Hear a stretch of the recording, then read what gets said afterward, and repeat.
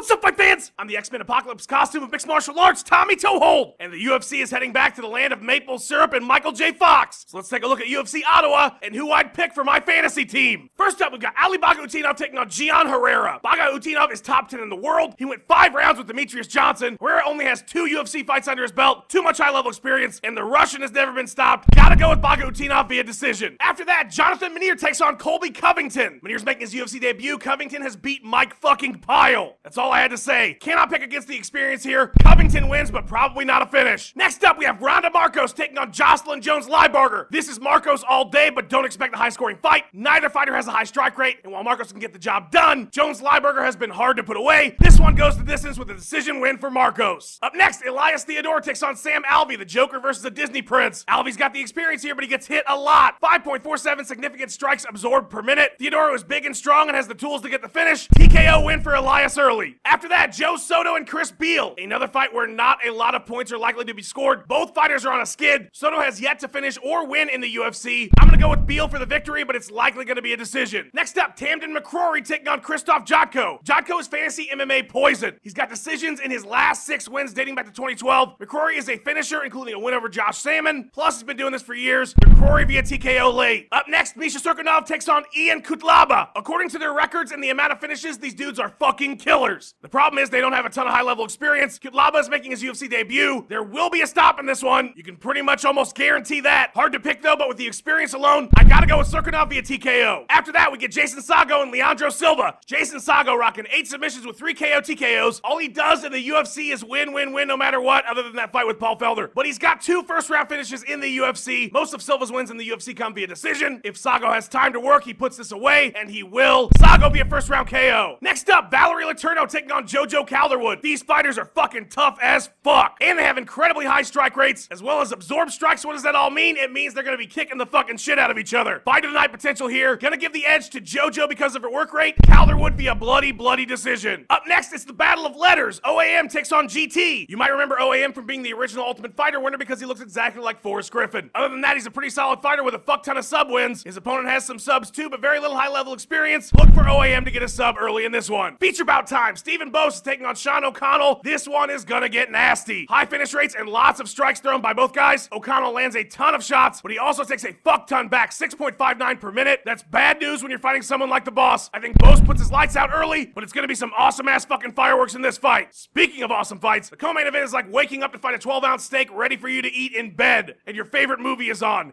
And your bed is one of those super cool water beds. Donald Cerrone is taking on the heavy-handed Patrick Cote, and I have a feeling both guys are just gonna stand and bang, at least at first. Then the Cowboy will find a way to get it to the ground and look for a submission. This one could go all 3 rounds, but to me, the likeliest outcome here is the Cowboy via sub, possibly early. Should be a fucking great time. And then our main event is gonna be awesome as fuck too. It's gonna be the awesomest fucking shit of all time, or it could end up being kinda dull actually. Rory McDonald is taking on Stephen Thompson. Title implications here, this is a big one. Thompson is on a tear right now with a huge win over Johnny Hendricks. He's got kicks on kicks, and his striking is far superior to Rory McDonald's. That said, though, the Red King is very well-rounded, and he has seen some shit, like a 5-round fight with Robbie Lawler that took his soul. He's been in big-time fights. Thompson is still on the come-up, and while Wonderboy could win big quickly, the more likely outcome here is Rory McDonald taking a decision or a late stop in what could be an awesome fucking fight. Those are my picks for UFC Ottawa. See you on Saturday night, motherfuckers. Let's do this shit!